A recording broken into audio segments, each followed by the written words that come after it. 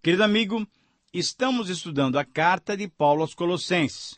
E hoje o nosso objetivo é darmos sequência ao estudo do capítulo 1.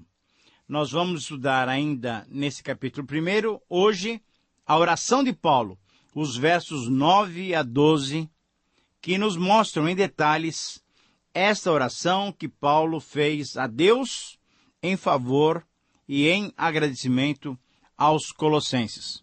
O título que eu proponho para esse trecho é a verdadeira oração cristã. A verdadeira oração cristã. E eu gostaria de introduzir esse texto relembrando algumas verdades que nós vimos no programa passado. A carta à igreja de Colossos é uma carta singular em sua significação. Mesmo sem ter sido fundada e organizada pelo apóstolo Paulo, o apóstolo aos gentios, essa igreja recebeu da sua parte uma atenção especial, mesmo na condição em que ele estava, isto é, de prisioneiro, lá em Roma, na sua casa alugada. Uma das razões desse interesse talvez fosse a responsabilidade que Paulo sentia por Epáfras, provavelmente o fundador da igreja e provavelmente um dos filhos na fé do apóstolo Paulo. Epáfras possivelmente tenha se convertido quando Paulo ministrou por 2 anos e 3 meses lá em Éfeso, que era a capital da Ásia, região onde Colossos se situava. A partir, então, dessa conversão, Epáfras volta para a sua cidade e ali proclama o Evangelho de Cristo e funda uma igreja. Por isso, essa atenção, por isso, esse interesse de Paulo nessa igreja que ele não conhecia. Uma das possíveis razões também desse interesse do apóstolo pela igreja pode ser explicada pela relação de amizade e comunhão fraternal e ministerial também, que se pode perceber que existia entre Paulo e a família hospedeira da igreja. O senhor Filemão, a dona Áfia e o filho Arquipo, que provavelmente era o pastor da comunidade colossense. Deve-se destacar também que nessa esfera de possibilidade havia também a recém-estabelecida relação cristã entre o apóstolo e Onésimo, o seu filho na fé, gerado entre algemas, isso é, gerado enquanto Paulo estava preso lá em Roma. Paulo, de uma maneira muito sutil, diz que ele fora transformado de inútil em alguém útil para o ministério do próprio apóstolo Paulo. Essas expressões nós vemos na carta que Paulo escreveu para Filemão, no versículo 10 e no versículo 11. Mas além desses relacionamentos pessoais e ministeriais, certamente um outro detalhe chamou a atenção do apóstolo e que motivou Paulo a escrever para os Colossenses. Esse grupo de irmãos, novos ainda na fé, estava sendo atacado doutrinariamente. Falsos mestres, gentios e judaizantes faziam afirmações que descaracterizavam a genuinidade do Evangelho. Embora tivesse permanecido firme até o momento, a igreja corria o perigo de ser desencaminhada pela negação do Evangelho, pois esses falsos mestres queriam aperfeiçoar o Evangelho, veja só, com acréscimos de certas práticas religiosas e um suposto conhecimento superior. Diante, então, do sincretismo e desse ataque ao cristianismo, Paulo apresenta Jesus como Deus encarnado, o mistério anteriormente oculto e agora plenamente revelado, que possibilita uma nova relação entre os homens e Deus, entre Deus e os homens. Jesus é o único que pode nos levar a ter uma verdadeira relação com Deus. Então Paulo apresenta Jesus dessa maneira tão especial como neutralizador das heresias. Entenda bem isso. Paulo demonstra que Jesus deve ter absoluta primazia na vida dos cristãos. Quando nós lemos, em geral, o capítulo 1, nós entendemos claramente que Paulo está dizendo o seguinte, que devido à sua singularidade, todo cristão deve demonstrar na sua vida a primazia do Senhor Jesus Cristo. Querido amigo, o meu desafio para você é exatamente esse. Diante de tudo que o Senhor Jesus Cristo é e do que Ele representa para você, você tem que demonstrar, eu tenho que demonstrar, na minha vida, você na sua vida, a primazia do Senhor Jesus Cristo. O capítulo inicial, então, de Colossenses, nos mostra que a primazia do Senhor Jesus Cristo deve ser evidenciada em vários ambientes. Por exemplo, na nossa vida cristã, com certeza, deve ser evidenciado essa superioridade, essa primazia do Senhor Jesus Cristo na obra que Ele fez. Isso vai refletir em nossas vidas também. E a primazia de Cristo é demonstrada também na realização do nosso ministério. Portanto, quando Paulo agora se dedica, nesses versículos 9 a 12, a orar pelos filipenses, ele está orando com um foco muito claro, pedindo que Deus permita aos colossenses evidenciar, mostrar que Jesus Cristo ocupa o primeiro lugar na vida deles. E essa também é a minha oração por você. Eu queria que você me permitisse, eu vou ler o texto para você, para que você possa entender claramente. Se você tiver a sua Bíblia, aí pode me acompanhar na leitura que farei. Colossenses 1, 9 a 12. Por essa razão, também nós, desde o dia em que o ouvimos, não cessamos de orar por vós e de pedir que transbordeis de pleno conhecimento da sua vontade em toda a sabedoria e entendimento espiritual. Agora veja o versículo 10, o propósito, a fim de viverdes de modo digno do Senhor Jesus, para o seu inteiro agrado, frutificando em toda boa obra e crescendo no pleno conhecimento de Deus. Esse crescimento vai se dar através do fortalecimento com todo o poder, segundo a força da sua glória, em toda perseverança e longanimidade, com alegria, dando graças ao Pai que nos fez idôneos à parte que vos cabe da herança dos santos na luz. Portanto, então, Paulo está orando por sabedoria. Embora esses irmãos estivessem produzindo fruto, Paulo sabia que corriam o risco de serem induzidos a abandonar a verdade. Como santos de Deus, esses precisavam não somente receber o evangelho da verdade, mas também eles deveriam ficar firmes na verdade do Senhor Jesus Cristo, não se desviando dessa verdade. Paulo então respondeu à necessidade deles com essa oração que ele elevou a Deus, que eles transbordassem de conhecimento da vontade de Deus.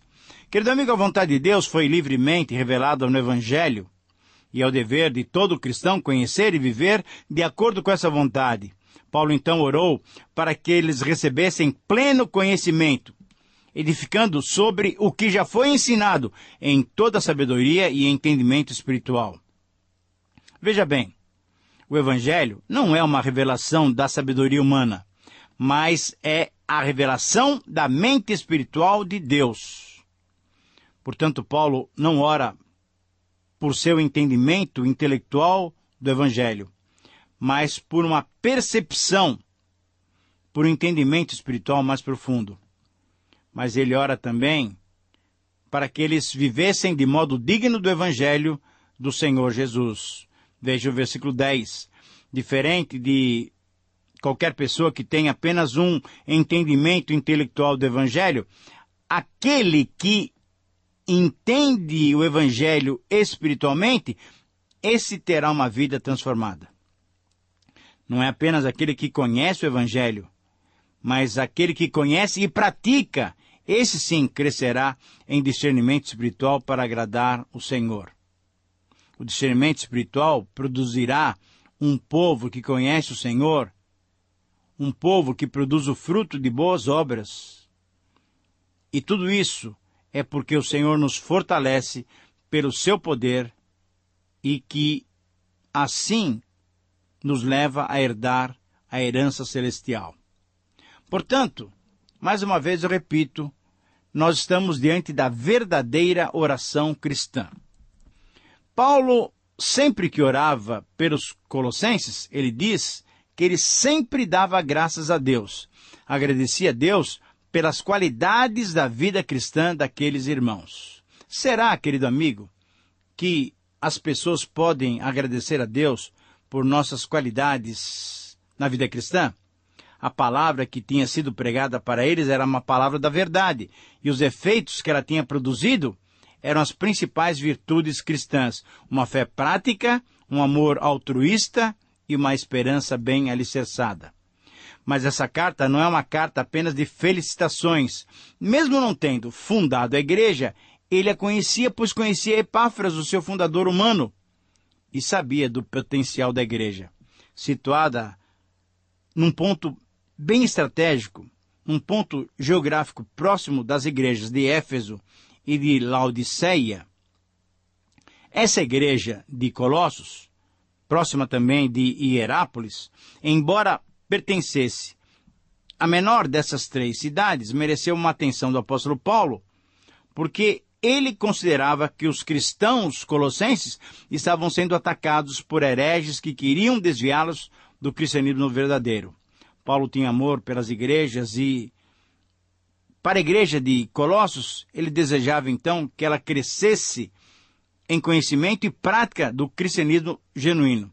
Esse desejo paulino tinha uma razão de ser, pois assim entendia ele que, se avançassem em maturidade, teriam condições de resistir aos falsos mestres que tentavam desviá-los da pureza do Evangelho. O verdadeiro antídoto para o erro, para o desvio doutrinário, é um cristianismo comprometido com a verdade prática. Na linguagem bíblica, a falsidade e a verdade não pertencem ao mesmo campo de ideias, dos conceitos ou das teorias. Tanto a falsidade como a verdade são expressões práticas, são poderes de vida e morte. Ora, então, tendo tudo isso como pano de fundo, tendo em vista essas considerações, a oração de Paulo em favor dos colossenses tem por objetivo que eles conhecessem melhor a Deus para ter uma vida cristã prática e correspondência. E, na verdade, essa oração de Paulo, espero que atinja a você e a mim também, para que possamos crescer no conhecimento do Senhor Jesus. Nesses versículos 9, 10, 11 e 12, nós temos a seguinte ideia. E se você quiser anotar, para mim essa é a frase que sintetiza esses versículos. A verdadeira oração cristã é dirigida a Deus em forma de intercessão, visando a maturidade prática dos nossos irmãos. Eu repito, a verdadeira oração cristã é dirigida a Deus em forma de intercessão, visando a maturidade prática dos nossos irmãos. E nesse texto, nós vamos encontrar 4 pedidos em favor da maturidade dos nossos irmãos. O primeiro pedido refere-se ao conhecimento da vontade de Deus, versículo 9. Eu leio agora para você o versículo 9 na linguagem da Nova Versão Internacional. Por essa razão, desde o dia em que o ouvimos, não deixamos de orar por vocês e de pedir que sejam cheios do pleno conhecimento da vontade de Deus, com toda a sabedoria e entendimento espiritual. Qual é o propósito teológico da oração? É esse. O pedido é que eles transbordassem do pleno conhecimento da vontade de Deus. Agora, esse pedido é feito na esfera espiritual. É uma oração feita espiritualmente pedindo conhecimento da vontade de Deus. Mas qual é o método de se conhecer a vontade de Deus? Conhecemos a vontade de Deus em toda a sabedoria, em todo o entendimento. Dessa maneira, assim, Paulo quer que os colossenses conheçam a vontade de Deus de uma maneira completa, mas não apenas na esfera intelectual, mas principalmente e definitivamente na esfera espiritual, na esfera experimental. O conhecimento que nós temos da vontade de Deus deve ser prático. Por isso, o segundo pedido que Paulo faz nessa oração está no versículo 10, e eu leio para você também na Nova Versão Internacional. E isso para que vocês vivam de maneira digna do Senhor e em tudo possam agradá-lo, frutificando em toda boa obra, crescendo no conhecimento de Deus. Querido amigo, esta é a finalidade prática da oração. O pedido que Paulo fez foi, a fim de que vocês vivam de um modo digno. Você deve se lembrar de Efésios 4:1, quando Paulo diz que nós devemos viver de uma maneira digna da vocação que fomos chamados. A finalidade de vivermos assim, em primeiro lugar, é para o seu inteiro agrado. Mas certamente nós vamos testemunhar ao mundo de que o Senhor Jesus faz diferença no nosso viver.